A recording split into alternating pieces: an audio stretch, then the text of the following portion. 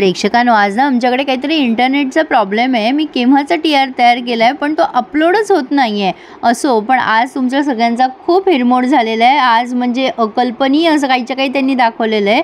शशांकला मुलगी झाली म्हणून सिस्टर सांगायला येते बाहेर सुरुवातीला, तो खूप खुश होतो। निखिल त्याचं अभिनंदन करतो आणि मग शशांक विचारतो माझी बहीण कशी आहे, ती ठीक आहे ना? सिस्टर म्हणते त्याबद्दल मला काही कल्पना नाही आहे, मी तिकडे नाही आहे ना ड्युटीला, तुम्ही प्लीज ह्या सांगितलेले औषधं घेऊन याल का? शशांक म्हणतो हो ठीक आहे, मी आणतो लगेच। आणि शशांक औषधं आणण्यासाठी म्हणून गेला आणि तो खूप खुश असतो। शशांक निखिलला म्हणतो मी आलोच निखिलराव, तुम्ही काळजी घ्या। तेवढ्यात आता या डॉक्टर येऊन निखिलला सांगतात की निखिल आय एम सॉरी, पण सुमीचं बाळ गेलं। मी तुम्हाला ना प्रेक्षकांनो इन डिटेल नाही सांगणार आहे, पण आता जे आहे ते आहे।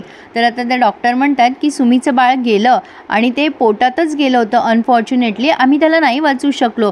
आणि खरं तर दुःखद बातमी अशी आहे की सुमी पुन्हा कधीच आई होऊ शकणार नाही आहे। सुमी शुद्धीवर येण्यापूर्वी मला तुला हे सांगायचं होतं, म्हणून मी तुला सांगायला आली आहे। आता हे ऐकल्यानंतर निखिल खूपच कोसळलाय। तो विचारतोय हे सगळं कसं झालं, काय झालं? प्रेक्षकांनो, सकाळपासून मी हा व्हिडिओ बनवून ठेवला, पण मला ना खरंच म्हणजे एवढी आवडती मालिका आपली, म्हणजे ज्यासाठी तो शशांक इतका डेस्परेट होता, ज्या म्हणजे एकतर त्यांनी प्रेग्नन्सीचं ते तसं दाखवलं, ते आपण एक्सेप्ट केलंच होतं, पण हे सगळं का आणि कशासाठी केलं त्यांनी तेच कळत नाही आहे मला।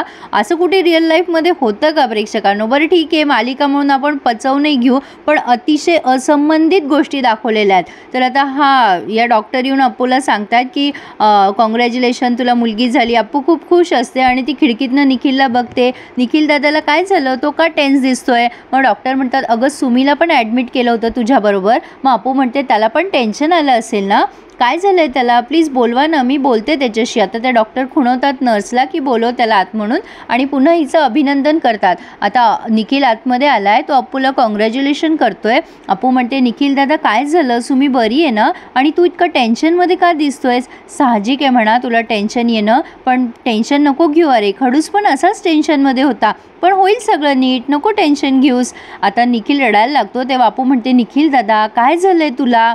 आणि निखिल सुद्धा अप्पूला सगळं काही सांगून देतो। प्रेक्षकांनो, निखिल सांगतोय की अगं अप्पू आमचं बाळ गेलं। खरं तर अप्पू कवळी बाळंतीने, तिच्या जवळ बाळ आहे, निखिलने हे तिला सांगायची काहीच गरज नव्हती। अप्पू खूप घाबरून जाते, काय बोलतोयस निखिल दादा तू, हे खरं आहे? आता निखिल सांगतो हो, ते जन्माला आलं त्याआधीच गेलं होतं। अप्पू त्याला खाली बसवते आणि म्हणते निखिल दादा मला सांग बरं सगळं नीट काय झालं ते। आता सगळं काही निखिलने सांगितलं की तू जेव्हा पडली तेव्हा सगळं टेन्शन आलं होतं सुमीला, मग ती पडली आणि अचानक दुखायला लागलं, ॲडमिट झालं वगैरे वगैरे सगळं काही।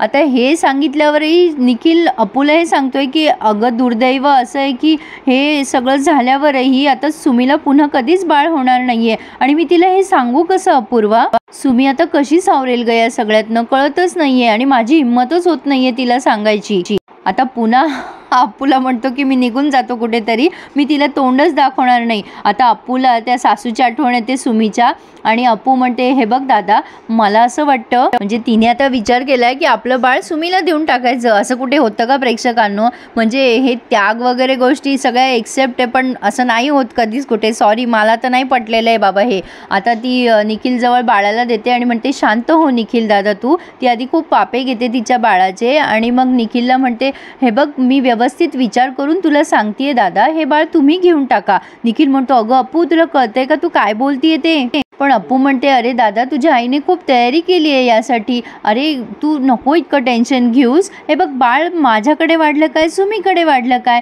अरे तूही परका नाही आहे, सुमी पण परकी नाही आहे। हे बघ तू जास्ती विचार करू नकोस, तुझ्या आईने सगळ्यांनी खूप स्वप्न बघितले आहेत या बाळासाठी। खडूसची सख्खी बहीण आहे सुमी, मग काय हरकत आहे? निखिल म्हणतो नाही अपूर्वा, सुमीला नाही पटणार हे सगळं, घरच्यांना पण नाही पटणार, तू असं विचार तरी कशी करू शकते सगळं? आता त्यावर अप्पू म्हणते की आपण कोणाला सांगायचं नाहीये ही गोष्ट।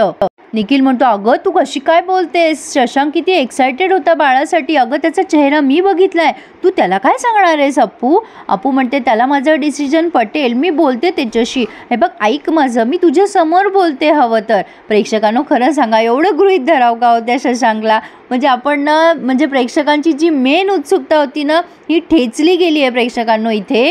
आता ही शपथा वगैरे घालते, तुला माझी शपथ आहे निखिल दादा वगैरे वगैरे. प्रेक्षकांनो, मला माहिती आहे तुमच्या सगळ्यांचा खूप हिरमोड होणार आहे आज, आणि प्लीज कमेंट करताना जरा जपून करा हं प्रेक्षकांनो. आता यात माझा काही दोष नाहीये, त्यांनी हे काहीचे काही दाखवलंय त्यात. आता त्या अप्पूने शशांकला फोन केला आणि ॲज युजल शशांकचा फोन काही लागलेला नाहीये. अप्पू म्हणते, हे बघ निखिल दादा, मी तुझ्या समोर प्रयत्न केला आहे ना, पण आता त्याच्याशी कॉन्टॅक्ट नाही होते. आपण आता खडूसची वाट नाही बघू शकत. आता त्या डॉक्टर आल्यात तिथे. अप्पू म्हणत असते, दादा ऐक माझं, तू लवकर बाळ सुमीकडे घेऊन जा. डॉक्टरांना पण ती हे सगळं सांगतीये. डॉक्टर म्हणतात, अगं काय हे अप्पू. निखिल तिचं ऐकतच नसतो. अप्पू म्हणत असते, ऐक माझं निखिल दादा, त्यातच आपलं भलं आहे. प्लीज हे बघ, बाळ आपल्याच घरात राहील ना. तर डॉक्टर म्हणतात, काय चाललंय तुमचं हे. निखिल म्हणत असतो, अगं अपूर्वा, ह्या दोन्ही गोष्टी वेगळ्या आहेत. आता डॉक्टरांना अप्पूने सांगितलंय की हे बाळ सुमीजवळच्या पाळण्याजवळ नेऊन ठेवा ना प्लीज. डॉक्टर म्हणतात, अगं तू काय बोलतेस, तुला कळतं का अपूर्वा. अगं निखिल जे बोलतोय ना ते बरोबर आहे. काय चाललंय तुझं हे. ही काय बावली आहे का. म्हणजे तुझ्याजवळ नाहीये, म्हणजे सुमीकडे नाहीये म्हणून तुझी बावली तू सुमीला दिली. अगं अपूर्वा, बाळ आहे ते. अगं हे तुझं आणि शशांकचं बाळ आहे. तेव्हा अप्पू म्हणते, मी सांगेल खडूसला समजावून, तो कन्व्हिन्स होईल, पण तुम्ही प्लीज हे बाळ सुमीजवळ ठेवा ना डॉक्टर, प्लीज माझं ऐका. आणि पुन्हा अप्पू म्हणते कशी की तुम्ही खडूसला असं सांगा की आमचं बाळ जगू शकलं नाहीये म्हणून. म्हणजे सांगेल पण खडूसला, आणि खडूसला हेही सांगा की नाहीच जगू शकलं बाळ. काय बोलावं प्रेक्षकांनो. आता आज तर सगळा अभिनय वगैरे सगळंच विसरली आहे मी. या डॉक्टर म्हणतात, सॉरी अपूर्वा, मी असं कोणाला काही सांगणार नाहीये. एखाद्या आईची कूस भरलेली राहावी म्हणून दुसऱ्या आईची कूस मी रिकामी नाही करू शकणार. हे अत्यंत चुकीचं आहे. हे माझ्या एथिक्सला अजिबात पटत नाही. अप्पू म्हणत असते, डॉक्टर मला सगळं मान्य आहे, पण प्लीज ऐका ना माझं. माझ्या सुमीला तर बाळ होणार नाही. आम्ही सेकंड चान्स घेऊ शकतो. घरात वरुण आहे, आम्ही त्याच्यावर माया करू शकतो. डॉक्टर, सुमीने बरं वाईट केलं स्वतःच्या जीवाचं तर किती महागात पडेल सगळ्यांना. प्लीज माझं ऐका तुम्ही. इकडे पन्ना काकूची तकतक चालू असते. त्या म्हणतात, मी जातेच हॉस्पिटलमध्ये, चल बरं आम्ही माझ्यासोबत. प्राची म्हणते, हो ग आई, मलाही टेन्शन आलंय की काही मेजर झालं असेल तिकडे तर. पन्ना काकू म्हणतात, मला जाऊ द्या दवाखान्यात. ऐका. आता मानसी म्हणते, पन्ना काकू आहेत तिथे सगळेजण दोघं. ते बिचाऱ्या पन्ना काकू खूप टेन्शन मध्ये असतात. ती लोक कधी निघतील माहित नाहीये. आता मी माईंना काय उत्तर देऊ. तेवढ्यात अमेयचा फोन वाजलाय. अमेय म्हणतो, माईंचा फोन आहे. आता पन्ना काकूचं टेन्शन आणखीन वाढलंय. त्या रडायला लागतात आणि मग या सगळ्याच्या सगळ्या पुन्हा देवाजवळ प्रार्थना करतात. पन्ना काकूंना खूप स्ट्रेस आला प्रेक्षकांनो. हे खूप छान दाखवलंय त्यांनी. अप्पू अडचणीत असून पण त्या दवाखान्यात जाऊ शकत नाहीये. त्यांना खूप टेन्शन आलंय. आता अप्पूने मन मोठं करून तिचं बाळ, म्हणजे स्वतः ती चालत चालत आली आहे प्रेक्षकांनो, आणि ते बाळ सुमीजवळ ठेवलंय. म्हणजे बाळाला 7व्या महिनी म्हणजे डिलेव्हरी झाल्यावर काय काय करावं लागतं ते मी सांगायला नको तुम्हा सगळ्यांना, पण खरंच सांगा प्रेक्षकांनो, हे चुकीचं नाहीये का.